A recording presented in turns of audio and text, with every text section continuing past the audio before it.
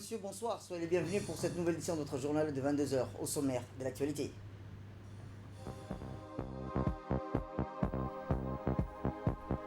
À la une dans l'actualité nationale, l'ambassadeur de Djibouti en Éthiopie devient président du CPS pour le mois d'avril, Conseil de paix et de sécurité. Et dans l'actualité internationale, au Brésil, plus de 106 000 morts en mars et une épidémie toujours hors de contrôle. C'était les titres. Merci si vous nous rejoignez. Bonsoir. Et bien comme chaque soir, nous avons avec nous Asma Oubakar qui nous présentera le journal spécial élections. Ce sera après le journal. Bonsoir Asma, quels sont les grands titres à retenir dans cette 8e journée électorale? Bonsoir Samatale et bonsoir à toutes et à tous. Eh bien, huitième jour donc, de campagne électorale ce vendredi 2 avril. Comme durant ces derniers jours, notre équipe de reportage en charge de suivre le candidat indépendant qui devait normalement se rendre à Al-Hiba cet après-midi a constaté que le meeting n'a pas eu lieu. Par souci d'équité, nous allons revenir sur les grands moments de ces meetings à Arta et à Ambouli dans ce journal. Et nous irons par la suite à l'ICBI où s'est tenu le meeting du candidat de l'UMP et président sortant Ismaël Omar Guelleh qui continue donc sa campagne électorale. Et je vous emmènerai ensuite à Obok, dans la localité d'Andoli, où la direction de campagne de la région, avec à sa tête le directeur de campagne régionale, a organisé un grand meeting dans cette localité. Tous ces points donc seront développés dans le journal largement consacré à l'élection présidentielle. Ce sera dans quelques instants. Merci Asma Oubakar, on aura le plaisir de vous retrouver après le journal. À la une dans l'actualité, la TDS en étroite collaboration avec le Centre d'entrepreneuriat ont organisé une cérémonie de délivrance des premiers fonds de démarrage pour les jeunes entrepreneurs. Conçu pour améliorer l'accessibilité des jeunes et des femmes aux opportunités de création de revenus et d'emplois, le projet formation des jeunes entrepreneuriat Forge s'est mis peu à peu en marche, avec pour mission d'insérer professionnellement un nombre conséquent de jeunes sans emploi par le biais de l'entrepreneuriat. Ce processus demeure primordial dans la mesure où ce dernier permet de mettre en place les groupes des jeunes amenés à s'entendre et à coexister dans l'aboutissement d'un projet commun qui est celui de la création et la pérennisation d'une activité génératrice de revenus. C'est dans ce sens que s'est tenu hier dans le complexe sportif de la cité Nassib l'octroi des fonds de démarrage des jeunes projet à Forge. Cette cérémonie a vu la présence du Premier ministre, M. Abdelkader Kal Mohamed, du ministre des Finances et de l'Économie, M. Ilyas Moussedouale, de la ministre des Affaires sociales, Mme Nour Ousmane Aden, le directeur de la fondation IOG, le directeur de l'agence djiboutienne sociale et représentant de la caisse d'épargne.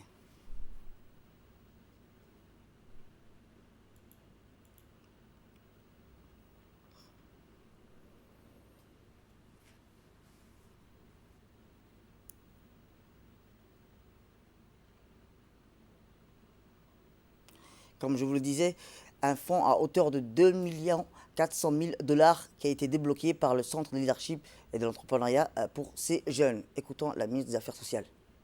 Ici, d'abord, il y a une première chose à féliciter.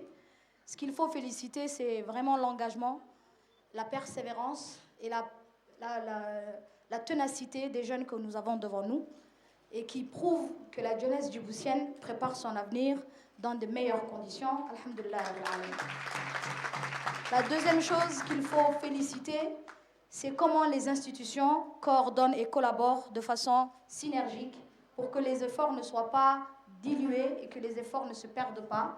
Et vraiment, je tiens à féliciter les deux directeurs généraux des deux institutions, de l'ADDS et de CLÉ, pour que l'aboutissement de ces projets soit vraiment un aboutissement et une réussite. Et je vous garantis que les programmes de Propéja et de Forge sont des projets qui restent dans les langues de chacun et de chaque Djiboutien.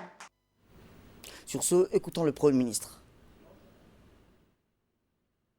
Donc c'est un honneur pour moi que je participe à cette cérémonie qui met au premier plan l'engagement des 87 jeunes entrepreneurs de la commune de Balbala et de la cité Nassib.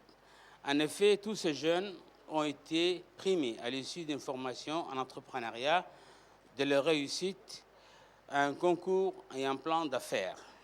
Cette jeunesse démontre aujourd'hui la volonté de réussir, de participer activement au développement économique. Elle répond ainsi à la détermination gouvernementale de voir se créer dans tous les domaines et dans tous les pays des activités économiques et des emplois. Ces jeunes serviront de modèle aux autres citoyens pour qu'à leur tour, ils puissent s'engager avec dynamisme dans le développement du pays.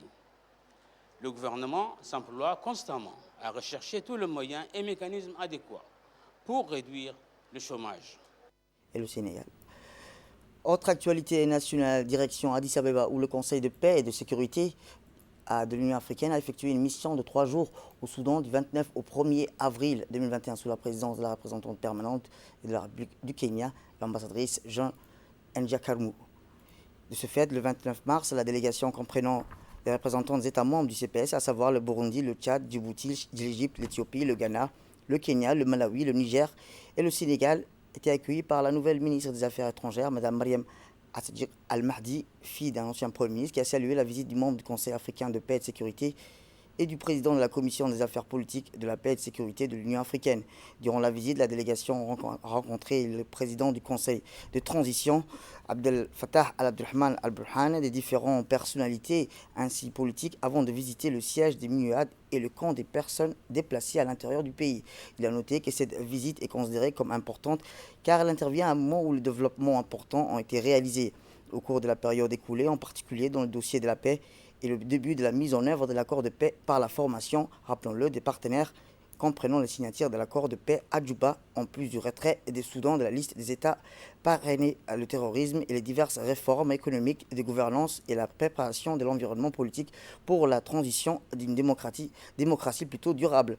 Cette mission sur le terrain s'est déroulée conformément à un mandat du Conseil de promouvoir et de renforcer la paix, la sécurité et la stabilité sur le continent, en particulier en ce qui concerne l'application de diverses décisions sur la situation du Soudan.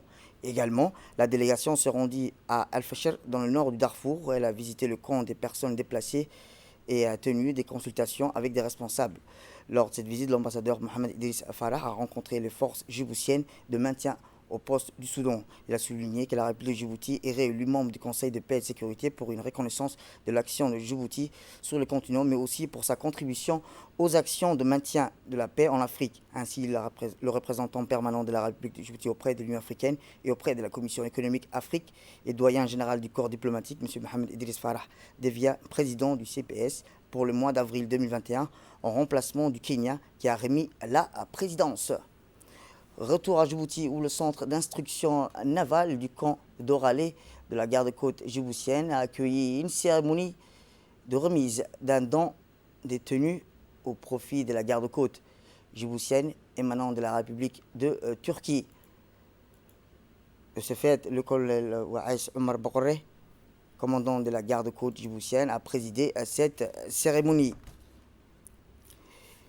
Autre actualité nationale, l'école saoudienne a organisé hier dans la salle du Palais du Peuple une cérémonie dédiée à la remise des diplômes des 29 promotions d'élèves du secondaire. La cérémonie de remise des diplômes a eu lieu en présence du directeur de l'école, Mohamed bin Alian Al-Harbi, et des représentants du ministère de l'Éducation nationale, de la formation professionnelle, ainsi que des parents et de nombreux élèves de l'école.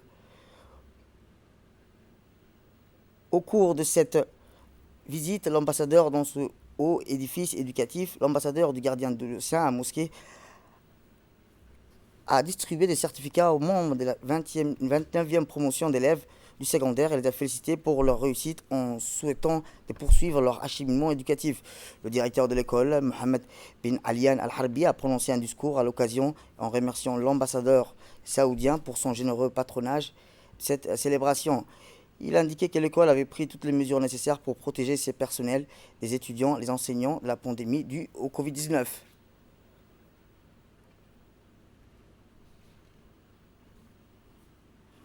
Et bien de son côté, l'ambassadeur du gardien de lieu saint mosquée, M. Abdelaziz bin Abdallah Al-Mahtar, a prononcé un discours dans lequel il a exprimé sa satisfaction de participer à la cérémonie de remise des diplômes du 29e promotion d'étudiants à l'école saoudienne. Il a en outre exprimer ses remerciements et sa gratitude aux administrateurs, enseignants et travailleurs de cet édifice éducatif pour leur rôle central dans l'éducation des jeunes enfants et leur préparation pour l'avenir. L'ambassadeur du gardien de Saint-Mosquée a souligné qu'il suit les processus éducatifs de l'école saoudienne avec fierté et accompagne toujours aux efforts nécessaires pour améliorer la qualité de l'éducation et élève les compétences des étudiants afin de préparer une génération pour l'avenir capable de faire face aux défis.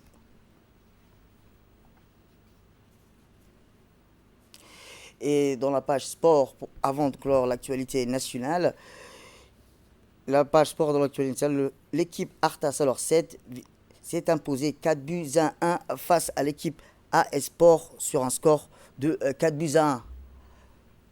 Nous reviendrons sur ce match en détail sur nos prochaines éditions de demain.